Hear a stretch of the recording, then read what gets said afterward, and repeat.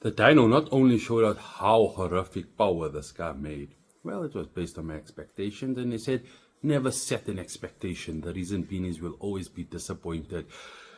But in hindsight, it makes more than an IS, number one. Number two, it makes more than some GTIs.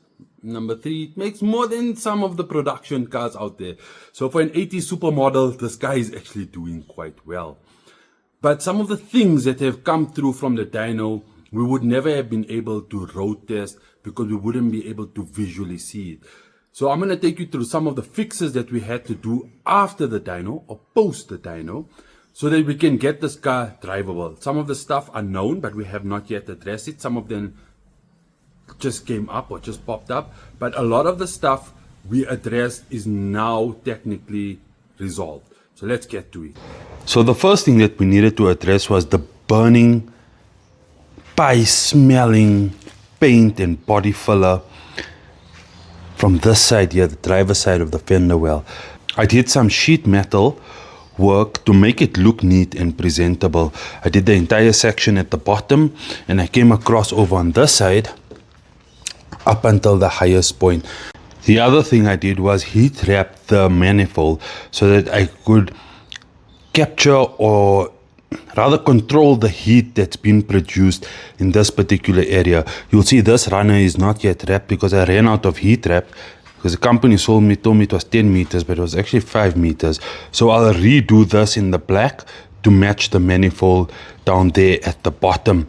So this heat shielding here, we pop riveted it to the side of the bay, but what it did was it basically, all my hard work of shaving the bay is only now evident on that side there of the motor, and this side here, okay, well, it still looks a little bit more neater than the normal E30, but I need to so yeah, that side there, that was addressed. So we took the manifold off, gave me a insight to look into the manifold, to look at the gaskets if I had any boost leaks. Yeah, that was perfect. The other thing was I didn't like that hose that ran across.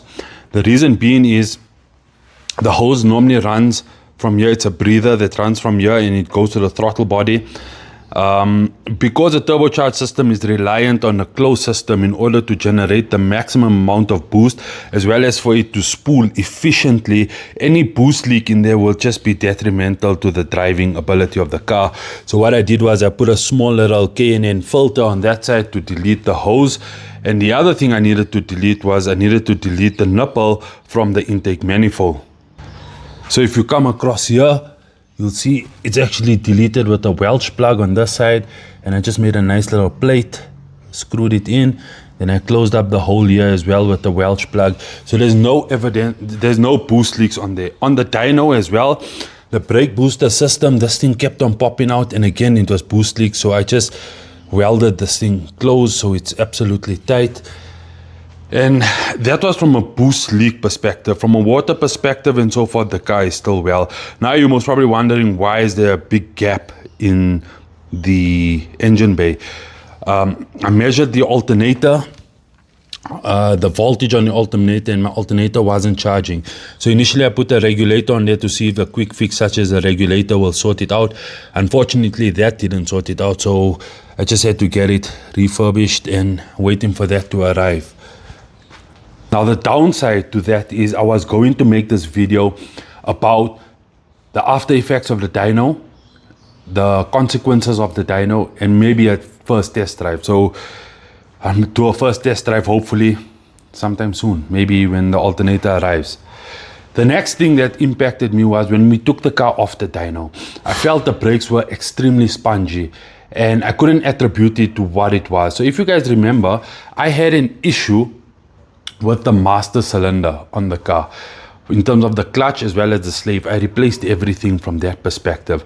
I then went back and bought a slave cylinder, or rather it's a master or slave, I think it's a slave, the one that sits on the brake booster, whatever, but the one that sits on the brake booster, I bought a new one with the OEM type of booster on it, didn't do the trick. It was I put a brake booster from an E90. I don't actually like how this thing is slanted, but I do have a solution for that. But what that meant was I needed to change the brake lines to accommodate the bigger fitting from the E90. So the next thing on the car that I needed to sort out after the dyno, remember I had no digital speed, I had no water temperature, I had no sight of any vitals of the car. So what I did was I looked on Facebook Marketplace and I saw the prices of clusters, and I'm not going to spend that amount of money for such old school technology. So what any normal DIY type guy or backyard mechanic will do will take a motorbike cluster and install it to his car. And that's exactly what I did. If you look here, you'll see I have it's called an Acewell 5856. So anyway, this digital readout cluster reads out all the vital information that I need. So if I put it here, unfortunately I can't start this car because there's no alternator, but in any case, yeah, okay, the steering goes there, but in any case, this sits here, it's in perfect vision for me to see. And then instead of having all of those wires tucked out there and all visible in the back, I just cut a piece of perspex out. I put a black piece of perspex there, so there's a black background, so there's no glare or anything that will come through and no shine in your face. This is permanently mounted here, so I have this dash, it's in line with my eyesight, and that's sorted. The next thing was I had to sort out the window on this side, so sorted that out there. I couldn't find this type of connector, so basically what I did was I just made 5 lugs. I connected it to the wires, found what was what, and sorted that out. From an inside perspective, the brakes feels a lot better. I must tell you, an E90 booster on an E30 is almost like switching from butter and bread to Nutella and croissants. That's how good it feels. The next thing was on the rear brakes. We had a bit of sparks coming out from the brakes, but what I think what was happening was the hydro handbrake wasn't fully forward while it was on the dyno, so it was engaging the rear caliper as we were driving, was creating sparks. But now that's also sorted out. So from the dyno perspective, we pretty much sorted out majority of the stuff. Is now to test drive it. My idle and so forth is still not 110% where I want it to be. And to answer the question whether I'm going to stroke it, yes I am. When am I going to stroke it? I'm busy gathering the parts.